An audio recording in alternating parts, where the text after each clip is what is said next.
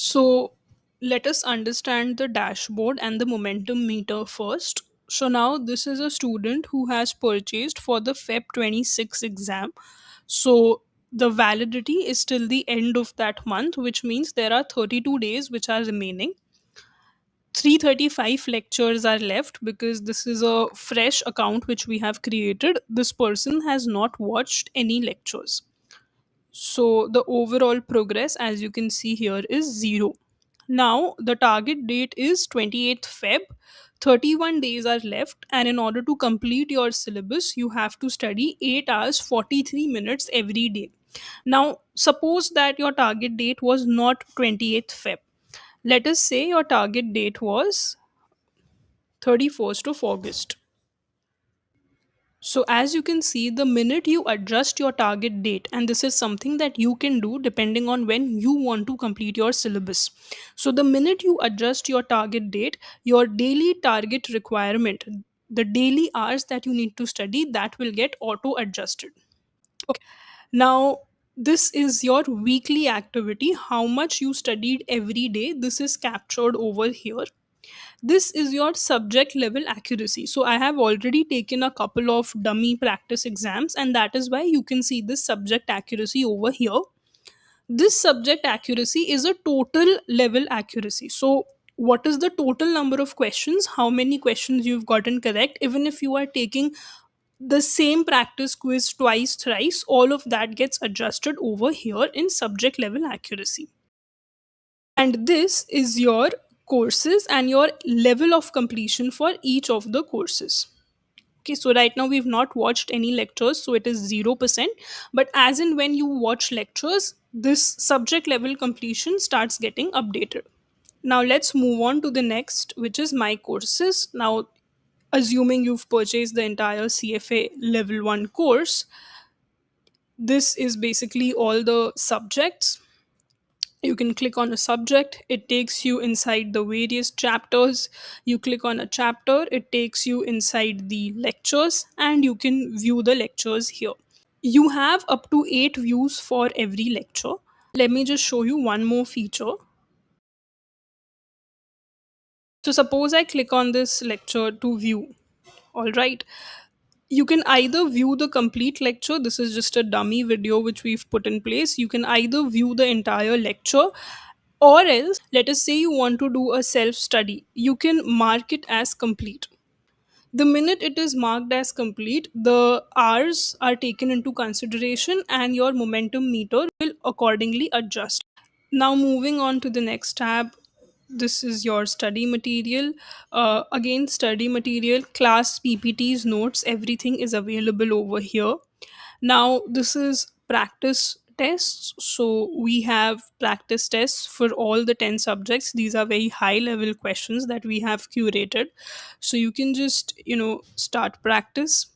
As you can see, there is a vignette available over here. You can attempt your question, and let's say this is the wrong answer, this is the correct answer, and why is this the correct answer. So, this is how the practice quiz works.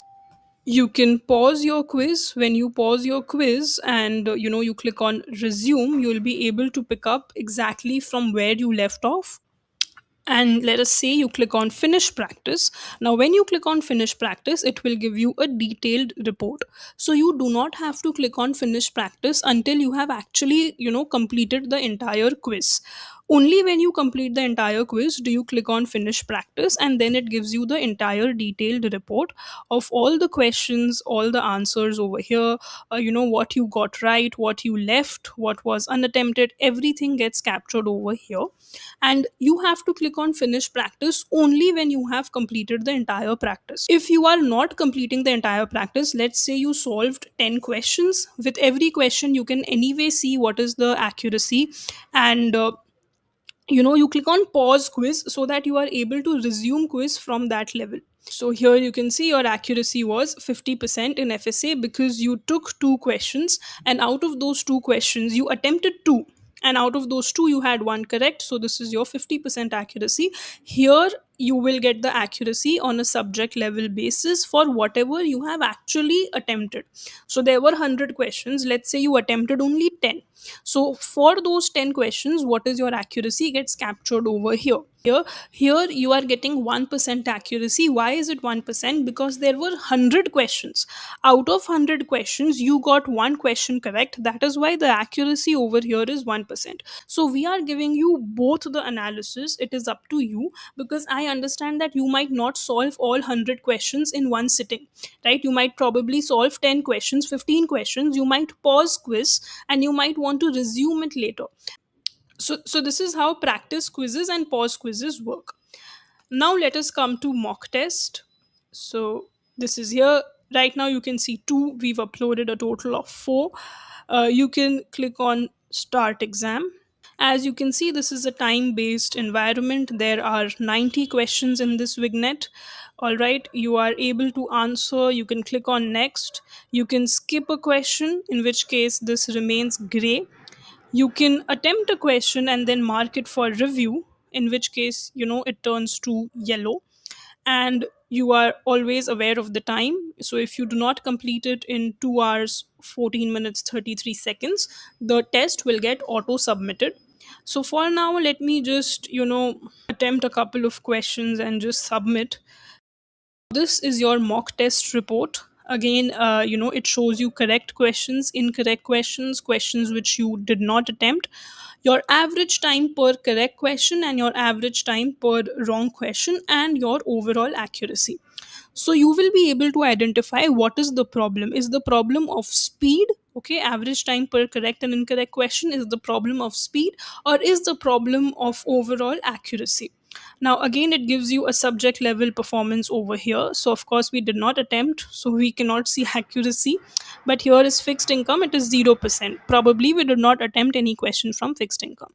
Here there is a detailed table which is available, which shows you how many questions were correct, incorrect, and skipped out of the total number of questions, and then what was your subject level accuracy. Okay, and then of course there is a question review where all the questions are there with the correct answer, and what was your answer, what was the correct answer, and what is the explanation. So this is how the mock test works. The general guidance and notice board is basically when I want to communicate something with you. Now this is our doubt solving module, which is available only for the full course students. Here you can basically just ask a doubt. Okay, you can just select the subject. If your doubt pertains to fixed income, you can just type your doubt and you can submit. This automatically comes to me on my portal, and I solve your doubt directly. So this is like a one way communication directly with me. Apart from this, like we also have live doubt solving video sessions, but this is basically for small doubts that you keep on getting as you study. And this is it. This is our dashboard. We come back. This is the entire look and feel of our app. The only thing you need to be careful about is when you are attempting practice quizzes, just click on pause quiz. Unless you have actually completed the quiz, in which case click on finish quiz. Otherwise, keep on clicking on pause quizzes, resume from where you left off, and anyway, you will get the accuracy calculations over here. Okay, that is it. This is our app.